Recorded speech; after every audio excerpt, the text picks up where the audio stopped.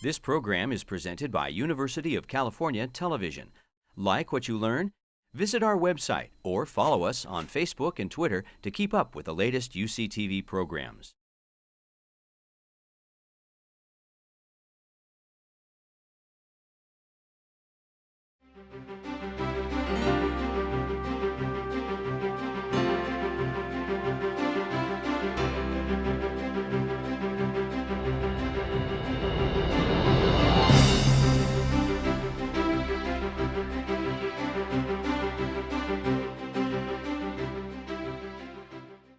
Thank you very much for coming to this amazing Pollock event tonight. The new organization, Women in Media, has been created to focus on the growing roles for women in television, film, and the entertainment industries. Your moderator tonight is entertainment reporter, journalist, columnist for the Santa Barbara Independent, Starshine Rochelle. She's great. This Leading Ladies panel has been put together by the sponsorship of the Film and Media Department, Real Loud Film Festival, Film Co-op, the Film Studio, Writers Room, and the Carsey Wolf Center. Make sure to check out the upcoming events in the Pollock Theater, like Star Wars: The Force Awakens, with the editors, who are also women, on Sunday, May 15th. Thank you. Hi, everybody. Thanks so much for coming out. I know it's Sunday afternoon. Everybody's gearing up for Monday, but thanks for coming. We're going to take questions at the end of this panel. So as you're listening, save them up. And when it comes time for questions, I'll let you know. And I'm going to go down the row here, and I want you guys to just introduce yourselves, say a little bit about yourselves. I was going to do it myself, but I thought, I'll get something wrong, and you won't, so have you do it. Karen, how about you first? Hi, everyone. I am Karen Horn. I am Senior Vice President of Programming, Talent Development, and Inclusion for NBC Entertainment and Universal Television. What that means is that my department is responsible for overseeing our efforts to increase our diversity in front of and behind the camera, and that means finding more writers, actors, and directors who are women and diverse, or diverse, not necessarily both. I also work with our development team, which is a group that develops new shows for our series, for our air, and our current programming team, which is our group that oversees the shows that are currently on the air. Just quickly before that, I've been in this industry for probably some years. I started my career at ABC in New York, working at ABC Sports, and then I worked at ABC Entertainment. I sold a series to HBO that I produced. It was an animated series based on the comic book Spawn. I worked at Disney, where I ran their writer development, which is the Disney Writer Fellowship Program, which is now the ABC Disney Writer Fellowship Program. I left that and created a series, created the Nickelodeon Writer Fellowship Program, and then I worked in animation for a few years before coming to NBC, where I am now. Thank you. You're welcome. Hi, I'm Jana Espenson. I have been writing for television for 20-something years, and I wrote for the Joss Whedon shows Buffy and Angel and Firefly and Dollhouse, and then Battlestar Galactica and Caprica, and Gilmore Girls. I wrote one episode of Game of Thrones, The OC, bunch of other stuff that didn't go so well, and now I'm at Once Upon a Time. And I co-created a show called Husbands. So I've been I started in comedy, moved to drama, but I like to keep my oar in with comedy, which is not easy. They sort of make you pick one or the other. So I've been very lucky to be able to do both. Interesting. Anne? Hi, I'm Anne Kofel-Saunders, and I'm a drama writer, one-hour drama writer. I've been doing it for 15 years in television. I started on 24 and went to Battlestar Galactica, Chuck, Smallville, worked on Eureka for 5 minutes. The 5 minutes after I worked there. Yeah, we both co-written scripts without sitting in the same room with each other on 2 different shows. Yeah. I know, Jane and I. It's Yeah. very special. And then after Smallville Revolution, and I sold a pilot to Fox last year, which didn't go, which was very I had a deal with 20th, and I sold a pilot to Fox, and so it's always like really emotional when you do that, and you get so excited because then you can be the creator showrunner, but then it didn't go, and so that was very sad. So I'm in the middle of staffing season right now, and that's what I'm doing. What's staffing season? Well, it's sort of like the draft. It's like you fill your car. You have like a cooler, and I have like an extra shirt in my back window, and then I get in my car and I go meeting, and I'm like, hi, nice to, and hi, and blah blah blah, and I'm so great, and or you're just like, hey, and then you leave, and then there's the next meeting, and then hi, and then where are you from, and you have your stories that you pull, and then 2 hours later, hi, and then I eat some hummus.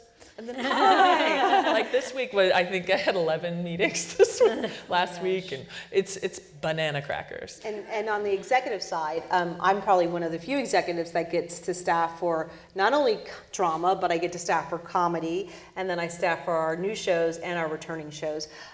So I'm like, woo, like you had 11 meetings, I probably had 50 or so. And from the executive side of it, it's so really is all of our shows that are returning. If writers go to different shows or whatever, you need to replace those writers, or if they're not asked back, you need to replace those writers. You keep every show has a writing staff, and staffing is getting the writers and also for directors as well. But that's when we do that. And I'm the most popular person with agents this time of year because of course. And the funniest thing is when they sell me writers that I help them start their career with, I'm like, yes, I know that writer, but that's what staffing is. It's crazy. And I joke, but I just made a total joke. But actually, at every level, like when you get after you get an agent and you're going out for staffing season, you have to have a lot of meetings just to get to a final meeting. A showrunner meeting, I don't now, but it took me 15 years to get to the place where you just go straight to the showrunner meeting because you're on a list. And I don't know exactly how those lists work. I don't know that it's a list per se. It's, it's just if you are a writer, so your background is 24, so you automatically are going to say, she's a person who can write action and drama and character at the same time. So there are shows that will say, okay, well then we have a show that's kind of similar to that. Right. Let's bring Anne in to meet on that show. So she's known. Yeah. Mm-hmm. But if you're just starting out as a staff writer, you might meet with have quite a few meetings. Absolutely. Right, to get to that point. And the good thing to know is that once you get a meeting with a showrunner, they basically like your writing, and it's really kind of trying to figure out if they like you, because the writer's room, as you guys could speak to more, is a very intimate. It's like a dinner table, and the showrunner wants to make sure that they want you at dinner in their house, and spending that much time with them. So I always refer to it as the don't forget to wear pants meeting, because they like you already. They want to make sure you're not crazy. yes. So if you go in there and are just like crazy all over the place, they're going to say, I don't want this energy in my room. If it's a comedy, they're going to be in that room with you at 2 a.m. And so they're not going to want someone who's too chill, someone who has to be prodded to respond. They're going to look for, it's like an actor going on an audition. You want to portray a little sense of energy, but not a nervous, frantic vibe. So you've got to sort of find what works for you. And like Anne was saying, you want to have a couple funny stories to go in with. So I always talked about that I invented the name, I named Zima. If you guys are too young to remember Zima, it was like beer. That's awesome. But it's sort of not entirely true. I worked at a naming company. I submitted a list of names. Zima was on my list. It's the Russian word for winter. We were told, pretend you're naming a vodka. It was probably on everyone's list. But it made a great story. It was my great story, and now it's like all over the internet. It's all about the named story. Zima. So That's hilarious. Whatever your story is, it may stick with you a very long time. So carrying that forward, it's Sunday afternoon. Most of us are sort of gearing up psychologically for the week ahead. I want you guys to tell me what it is that you are sort of looking forward to and dreading about your tasks ahead. What does Sunday night look like for each of you in your mind? It's different for me depending on the time of year. So today, for staffing season. So for me, actually, next week is a really exciting week for me because it's the week that I've told all the agents and stuff I can't do any meetings next week because we're screening our pilots. So the pilots that, we probably get on average about 300 drama pilots pitched to us. Wow. And we probably get at NBC maybe twice that amount of comedy pilots pitched to us. Maybe not quite, but almost. And so from those, we whittle it down to how many scripts we want to buy. So from 300, let's say for dramas, from 300 pitches where people come in and try to sell us their ideas, we probably take about 30 of those and develop them into scripts. And this year we made 6 dramas, I believe. So Wow. next week is the week that we get to watch all of the hard work that our development team has done over the last 6 months or so. So it's pilot screening week, so that's what that is for me. Nice. Juggling with my home life and that work life, and that's kind of what that is next week. But it's also today, May 1st, is the opening of our writing program. NBC has a Writers on the Verge, so we're taking bets on how many, in my department, how many submissions we get on it this year. So Nice. Jane? Well, it's staffing season, but I'm on a recurring show. I'm on Once Upon a Time, and so I've been picked up for another year there, so I don't have to staff. You get a pass. But one thing that we do every year at Once Upon a Time is we produce a little 3-minute comedy short that we show at Comic-Con every year that just sort of promotes what's coming up next season or ties up a loose end from last season, and then it goes on the DVD as an extra. And because I'm the only writer with a sitcom background, I'm always put in charge of writing and producing that.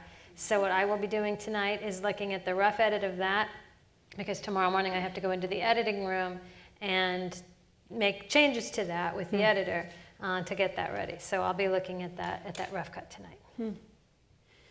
And this week for me, I'm helping out a friend with his pilot this week. I'm helping him break his pilot for the next few weeks. What does break his pilot mean? I just sit in a room with him and talk story and I think some of you guys in the audience were here when we broke a pilot together for fun. It was really good a couple months ago. They did a great job. It was a UCSB, Life at UCSB pilot, and we had a great time. Like that. But you come up with story ideas, you put things on the board, you have act breaks, and it's kind of an intimate thing breaking story with someone because you're usually pulling a lot from your life experience. You inevitably tell stories that are personal. That's why I really agree with what Jane said. You really want to be your best self at meetings because it's like a date. You can try to be what they want you to be, right. And I'm going to be perfect for them, but that never works. It's the more you do. Like for me, I'm just so honest in meetings because, and they'll ask me what's a problem you've run into, and I'm always really forthright. What do you say? What do you say to that?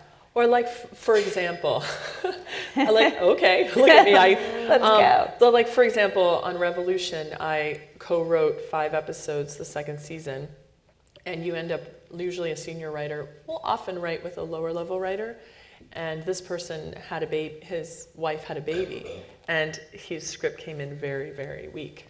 And he's such a great guy, and I just made the decision I gave him a ton of notes, he went away, came back, and it still was really, really weak, so I just made the decision to rewrite him. Sometimes on shows things get really crazy, and I think if I had crossed paths with my boss that week, I might have mentioned it to him, but since I didn't, I just handled it. But then, and it all went well, and they asked me, how did you do? And I said, great, and I just let it go.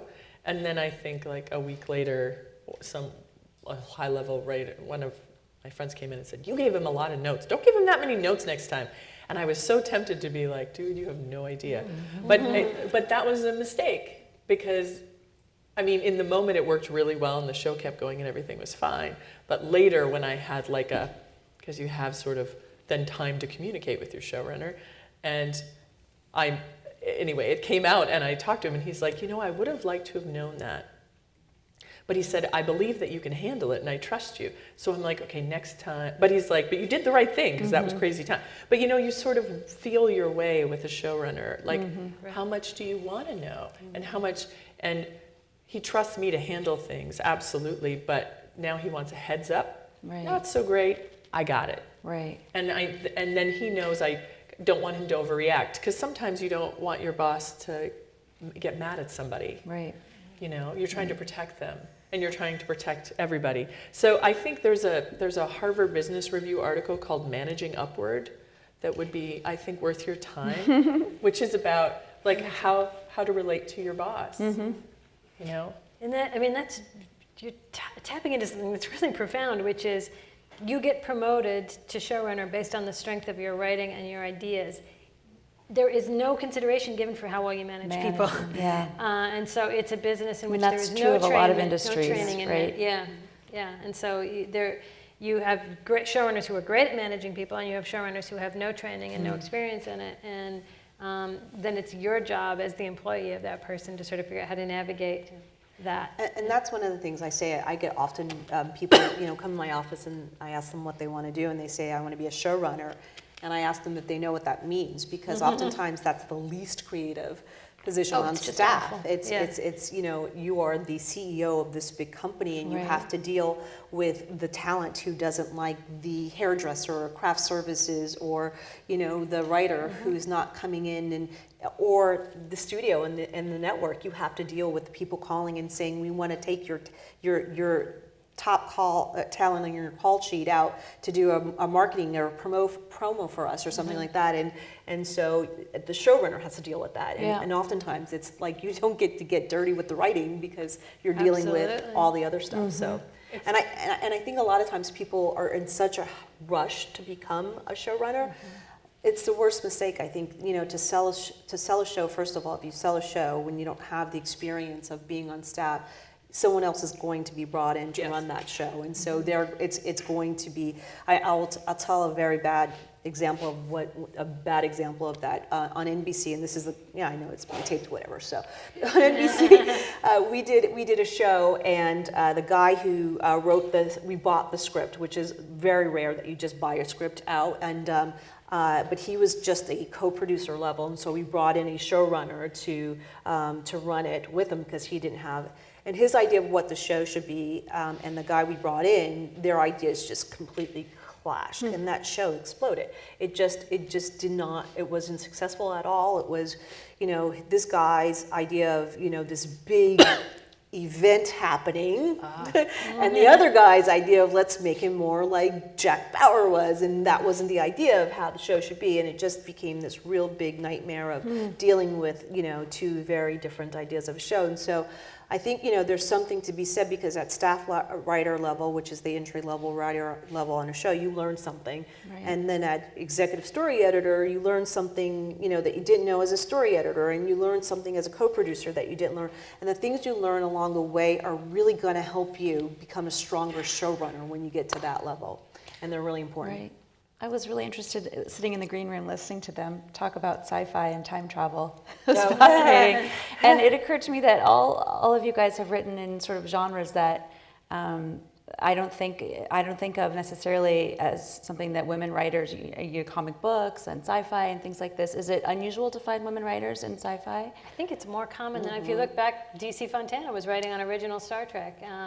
And what do women bring anything in particular to the genres, or is that even sexist to ask? Yes, I think it's a great question, because now I get to point out. Great, go. I think that if we start saying you need a woman writer because you have women characters, or your show has a lot of homebound scenes or whatever, then you are also giving credence to the corollary, which is you need men to write male characters. And if I look back at my career and you look at like Buffy and Starbuck, two amazing women characters that were written by male writers, clearly it's not true that men can only write men. That must also mean that women are not just limited to writing women. Right. And any good writer can write anything as long as they educate themselves. That's true. Yeah. And you know, even more than that, man versus women, I think that you also are saying that if you are of a certain ethnicity, you won't be able to write for another ethnicity, and that's a very bad and dangerous place to go to. Because I think, you know, this is what I think, if you guys are writers out there, and we were talking about, one of the things we were talking about in a room as well is that you can find something in your life stories that will be relevant to wherever you are. It may not be the exact same thing. So, for instance, like, you know, who on Buffy really, you know, went to these, you know, did the things that Buffy did. Nobody does what Buffy does. But you can find something in your own story that you can bring to that character or to any character, and it's your job as writers to pull that out. So like an easier example would be like if if someone's writing for one of our Chicago shows, and we have many of them now, but Chicago Fire, if you knew someone who was a firefighter and you had conversations with them, go into a show and talk about that, because then you can bring stories to that show that someone else couldn't. So you have to find a way to make you the best person for that job. Right. Yeah. You hear a lot of actresses, just spinning off of that, you hear a lot of actresses complaining that there aren't enough strong women roles anymore, especially for women who aren't very young and sort of ingenue parts. And you've probably heard that joke about read your script and see if you can replace the female character with an attractive floor lamp. Has anyone? And if you can, you've done something very wrong in your script. But as women writers, what's your reaction to that when you hear that at the Oscars or at the Emmys or something, when someone's Emmys, I guess for you guys, but when you hear actresses saying, there's just this paucity of great roles for women, and as women writers, how do you react to that? It's hard to argue with it. Yeah, there are definitely fewer roles. I always flinch a little at the word strong and the strong women characters. You want human characters. Right. Right, good strong, point. weak, wonderful in all the various ways humans are wonderful and horrible. Yeah. But yeah, certainly TV has, I think, a lot more female characters than features. I think we're doing a better job of that. And more diversity too. Yeah. So yeah, you may want to look. I'd be interested to see what some stats are. I'm sure there are stats on what the balance is. But I know there are definitely shows like Once Upon a Time where we have like a reverse Bechdel situation. If you know the Bechdel test, are there two women in a scene talking together? And if so, are they talking about anything other than the man? Our show almost very, very rarely has two guys talking together. Like just a scene with two guys in it. Like there have been a handful in like the whole run of the show. Interesting. Where our show is about fairy tales. Fairy tales have very strong, memorable female characters, and the male characters in fairy tales are so sparsely written. Like there's no identifying characteristic to Prince Charming. And I think our show has done a lot to give the guys depth when we have the guys, but it's very much a show about women. So there are, I think, there are a good number of shows out there like that are led by women and have great women characters. But if you had a choice between writing a spec pilot about women and one about men, no reason not to write it about the women and have your script maybe be a little different than the others. Interesting. Anne, I have a question for you. Just because I want to know. I read that you did research for 24 when you were an assistant. What do you research and how do you find out that stuff? Because we're watching shows like that. We're thinking like, is this real? Could this be real? Are you the one that had to go figure out if these things could possibly happen, if these things are real? Well, it was interesting because this happened pre and post 9/11. 24 was picked up and we, in March, and we had this summer to be getting scripts ready, and Joel had run La Femme Nikita, and in his mind it was going to be like that, a story about terrorists attacking innocent people randomly is obviously a big stretch, and it doesn't have to be very grounded. And I was at the time having fun calling the CIA and the FBI and talking to bomb people, and I just love, and the fun thing is when you're working on a show and you're doing research as an assistant, the bigger the show, more likely you get to talk to, the FBI and the CIA. I mean, I talked to spies, I talked to bomb experts, and then I'd get nervous when they weren't available. Where's the bomb guy? He's like, and things would happen, and they told me things. I'm like, really? And they're like, oh yeah, 95, the Chechnyan rebels put a dirty bomb underneath Red Square, and they didn't detonate it. They just wanted to show everybody that they could, and they were serious, and that never went public. And I knew it. It was exciting. Wow. But then everything changed. My showrunner sort of half ignored all my little research reports. I was also their assistant. Television isn't, there's a couple ways to get in. You can create a show. You can be writing a lot of original work and create a show, or you can work your way up. And I enjoyed working my way up. It was sometimes very tough, but I have always felt very prepared for the next level.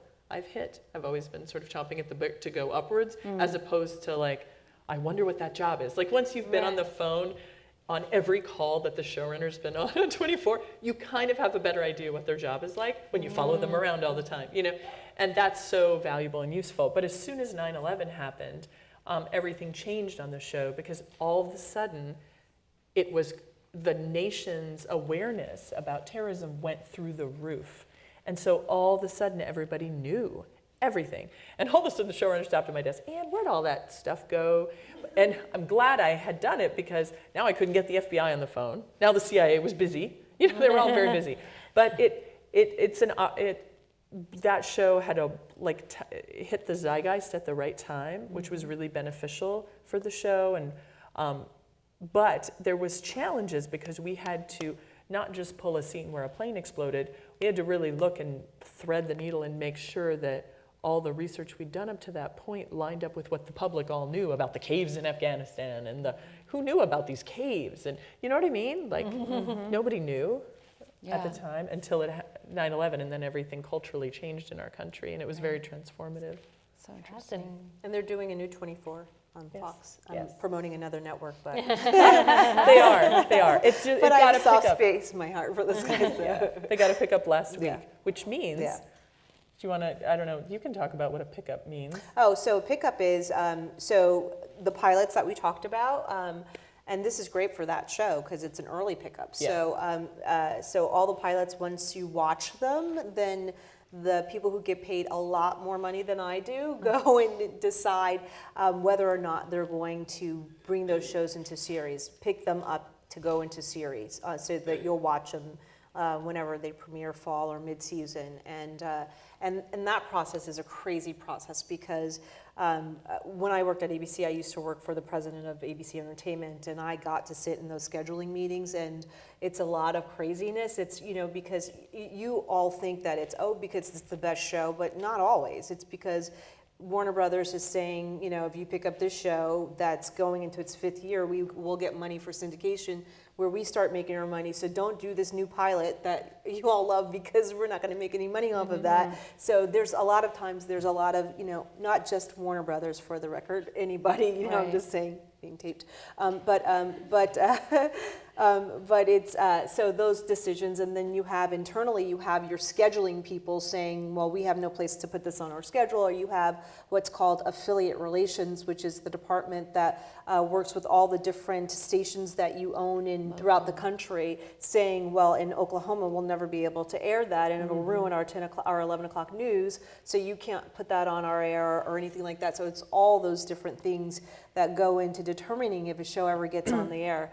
And so for this show to, well, it's got a legacy, which is in its title as well, but for this show to have been picked up before these announcements, where we announce the schedules, is a great thing. So Yeah, and my whole life will change. I mean, the other thing that's happening for me next week, which I didn't get a chance to say, is it's probably late next week or the week after, is that you start getting offers. If you're fortunate, if you get lucky, you start getting offers.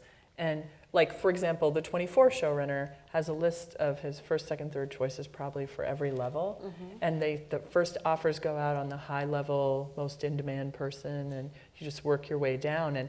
And they're picking whatever writers they want right now, Star and 24 Legacy. And so there's always this game of, like, I remember on Chuck, it's like you when I was on Chuck, like, you want to pick up as early as possible, so you can get first chance. Or first chance. First shot at the people you think are the best fit for your show. Because what can happen is if you're announced, I don't know, CW announces later in the week.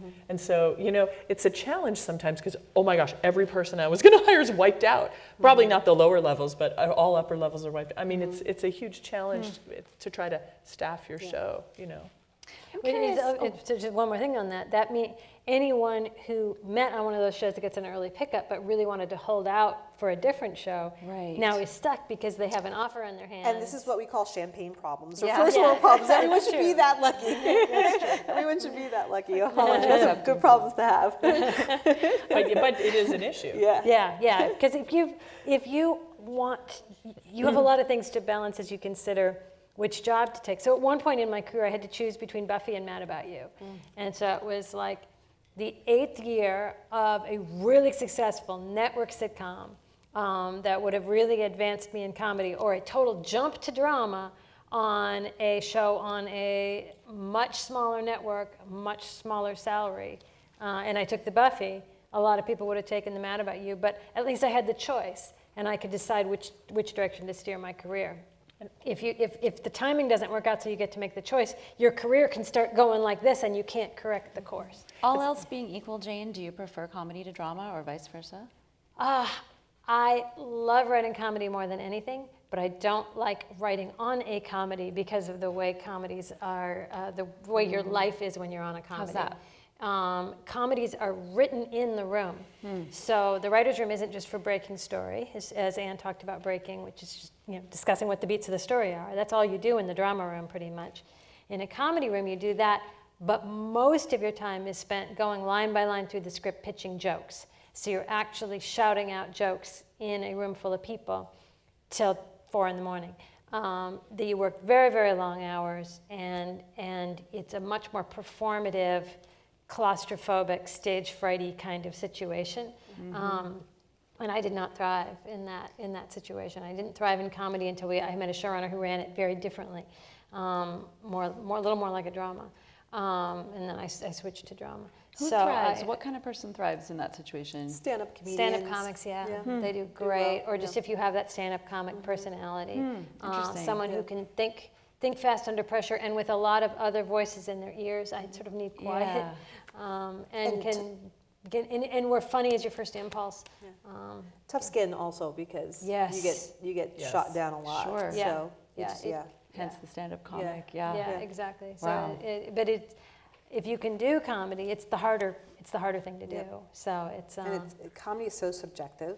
yeah. So if you're comedy writers, also I would say if you are a comedy writer, I don't know if this group is largely writers, but if you are comedy writers, and you have a meeting, you should be funny in the meeting, because it sounds silly, but like there's sometimes I've gotten meetings with comedy writers and I'm just like, yeah, you got to be funny in the room. So. Well, that makes me think of another question. Most embarrassing moment in a meeting. Who has a story for that? Yes, I do. You guys know who Diane English is? She created Murphy Brown and a bunch of stuff. She was she was the Shonda Rhimes of the day. And I'd been on 2 shows. I was very low-ranked comedy writer, had hardly done anything, and my agent called and said, Diane English is a fan of yours and she wants you to come in for a meeting on a new comedy. And I was like, oh my God, I'm floored.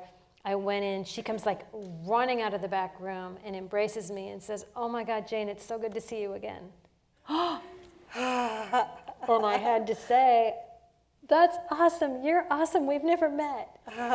And she was so thrown and so embarrassed that she had whatever mistaken identity had happened, that it just it was just a disaster. That's brutal. That was bad. Bruce, that's so brutal. Yeah. Dude, nobody's fault, but it was just a bad moment. My most embarrassing moment was on Revolution season 1. Eric Kripke, a very dear friend of mine, hired me pregnant, which is completely endears you forever to a person. When you're like, I'm pregnant, and they're like, you so? You're like, yeah! Anyway, so I was very pregnant, and I was producing episode 4, and it was really cool. There was a lot of like wild dog attacks. It was very edgy and cool and fun. And it was the production meeting time, and I was wearing I was very pregnant, had my flowered blouse, it was all like, ha ha ha. I'm sweet and I'm nice. I sit down and it's Skyping for the meeting, and hi, and da da da da da.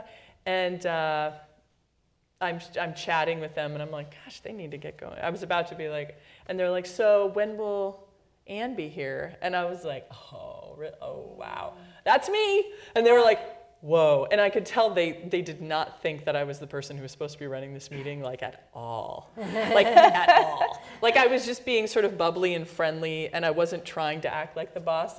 Because I don't know, you don't. Is that the network did that? No. Okay, No. Because it was on NBC, I was like... No, the production meeting. So that's the meeting with the director. Right. And the heads of all the departments. And these are people who, you're about to run the script, so you Right. go through and, and they're like, how many dogs do you want, Anne? What color? What kind? How tall? How big? Every little thing. And so it was, I was embarrassed. I remember that episode. Did you? Yeah. I killed Maggie. Absolutely. But Thank you. as a woman, I think it's worth thinking about how you're framing yourself. Now, it didn't really matter on that show at all that I was pregnant and dressed in flowered outfit because you're already empowered. Right. They just needed to catch on to the fact that this really friendly person was the person. But a lot of guys will come into that meeting and be like, all right, let's go. Right. And I think it's worth thinking about as a woman how, and one thing I wanted to be sure to say is that one of the biggest challenges that I see for up-and-coming women writers in particular, but just to speak to up-and-coming women writers, is it's hard to find a mentor because often you're being mentored by 40 or 50-something guys and you can't be like, hey, let's go get like a drink after. This person has a kid and a life and a family and a dog and a cat and they're older, and sometimes it's odd to try to mentor a woman. You know what I mean? And so I think always think about making yourself mentorable. Present yourself in a really professional way and always give people opportunity. Can I meet you in your office? Can I come by and get an informational? Can I make yourself mentorable? How important is a mentor? Is it crucial? Do you need a mentor to What do you think? do this work? I don't think it's crucial. I don't think anything. I think there's a million different ways into this business. There's a million different ways, many as there are people, ways that you will advance yourself in this business. I don't think it's necessary. It's nice. I feel like I've had office friends on a lot of the shows I've been on. Sometimes, I feel like did Joss mentor me? Not really a lot of one-on-ones, no real career advice, but over the years sort of more, because now I feel free to send him an email and go I have a choice to make or whatever. I think it's nice, I think it's helpful, but not crucial. You can, if that just isn't how you groove, do it your own way.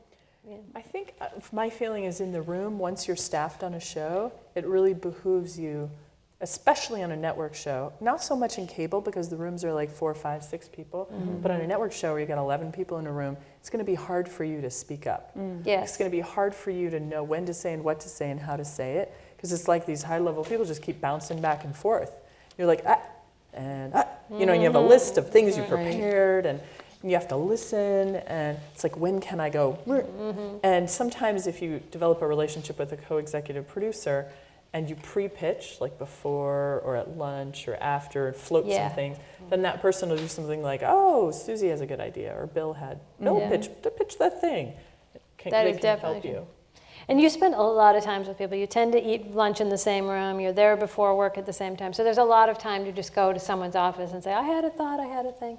And so be friendly. Don't be the one who's like, I meet my boyfriend every day for lunch, and so I won't be in the room with you guys. No, be there in the room. And what about before that? What about breaking in? What about advice for starting from here?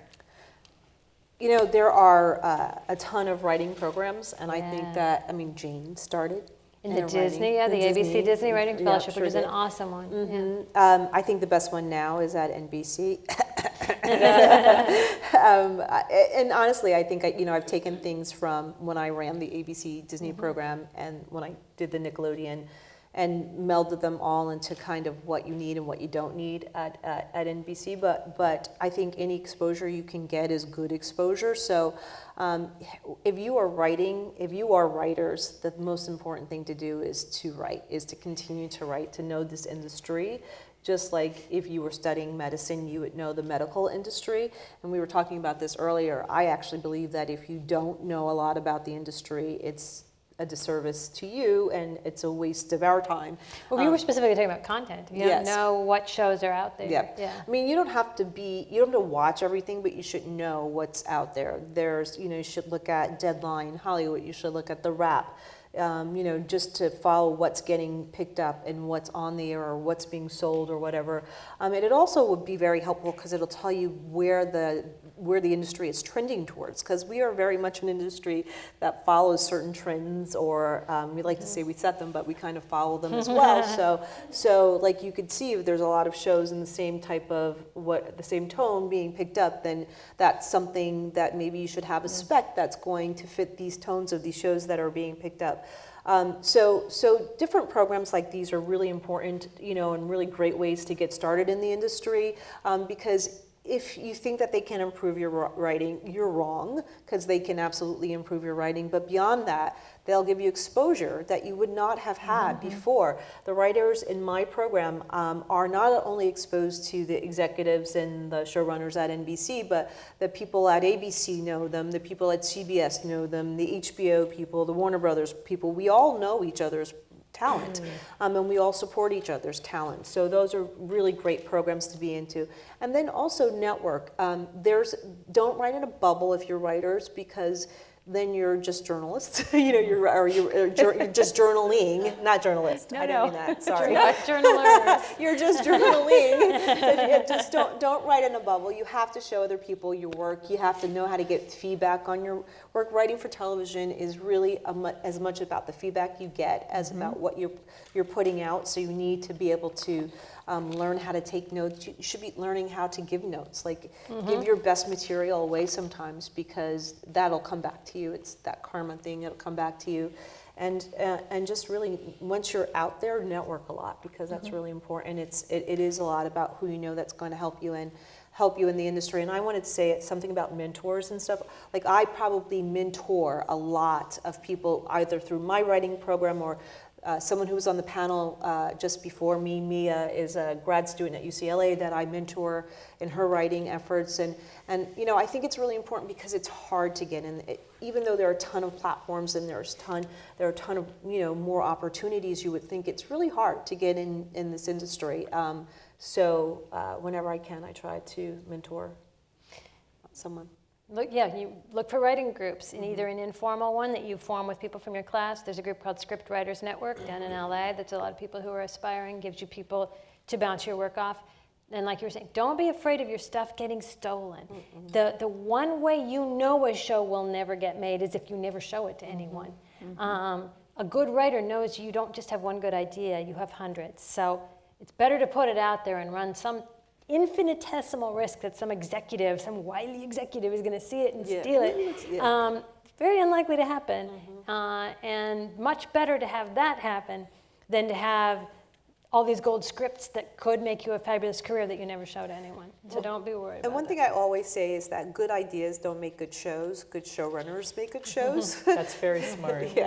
So no one's going to steal your good idea, because it's not going to make them a good show. And it won't be your idea, and it will be they'll make it into their idea. So And there's a window of opportunity right now to break in, actually, because every time you watch Deadline, and it'll say pickup, the word pickups, and it'll say the show name. And you look, and there's a studio, whether it be Sony or 20th or ABC Studios, and then there's a network, NBC, ABC, CW, whatever it is.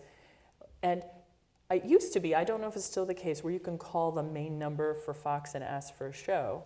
You can say, can I speak to 24 Legacy, please? And they will bump you to the production coordinator. And then you could, and we have hired people who've done this, just said, hey, is it possible for me could I please email you my resume? I'm looking for a job. I'll do anything. I'll work like a dog. I'm a student, and I'm graduating, and I'm just really willing to try hard. And because we need script PAs.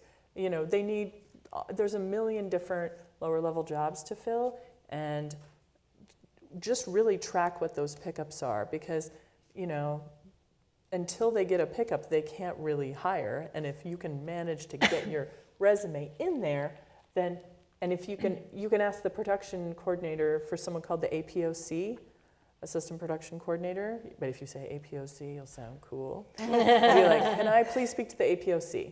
What's this regarding?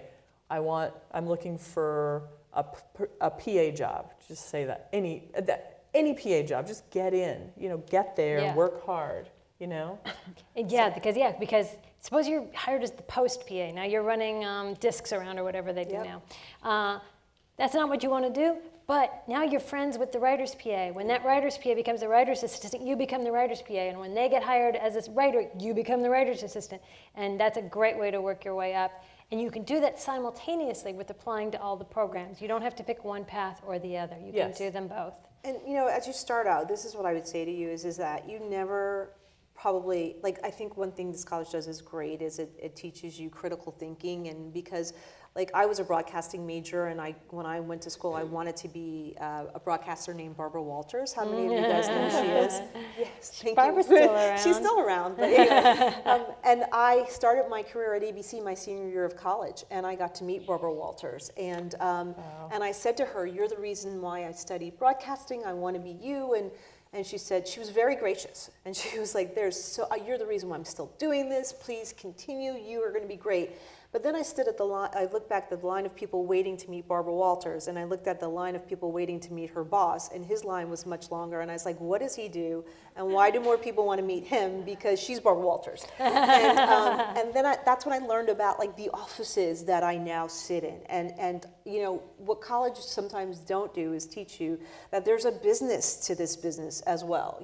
There are people who make the decisions about the shows or about the writers, and are very involved in those things, and they, it's fun and it's hard and it's competitive, but that's when you learn about the different things. And I think that one thing, each of my jobs along the way helped me be better at what I'm doing today. And I don't know that I knew that going in. After I stopped, wanting to be Barbara Walters, I got a job at ABC Sports and thought I would live my life working at ABC Sports, until my boss got promoted and moved me out to Los Angeles to work in ABC Entertainment, and then that's when I learned about this industry. So I think if you keep your eyes open and know that there are different areas, and this is a huge industry with many, many different things and ways to go, that you'll be open and you'll learn so much more along the way that will ultimately take you to where you need to be.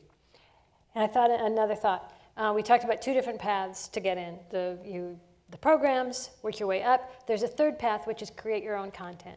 So the one person I can say I've genuinely really mentored was Brad Bell, who created content online. It was on YouTube. I saw it. This kid's great.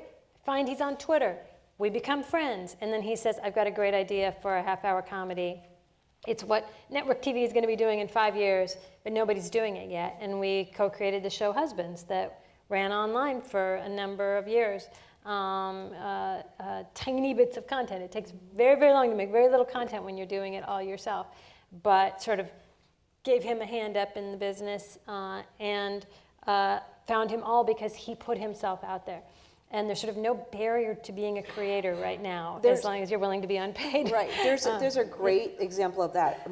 A recent example of that. There's a series called Awkward Black Girl. Yes, and yeah, and she, look, you guys all have phones. There's no reason not to have your own content. And executives are lazy. We're getting tired of reading things. So if you say to me, like, here's something you can watch, I'm gonna be like, yeah, I'm gonna watch that first, and then I'm gonna read all of this afterwards. Right. And I was on a panel with her. I'm skipping her name, but she went to Stanford, and anyway, she did this series called Awkward Black Girl that HBO is now producing with Larry Wilmore as the executive producer. So there are things that you can do, and there are divisions at agencies that are just devoted to watching what's online and seeing your material out there. So there are people watching if you put it out there. Even if it's you talking to camera, if it is really sharp and well written, that's what Brad was. Brad was just him talking in front of a background, and it was brilliant and funny and made me want to reach out. Wow. Well, our time's up, so I want to thank you guys so much for all your great Thank you guys. answers. Thank you.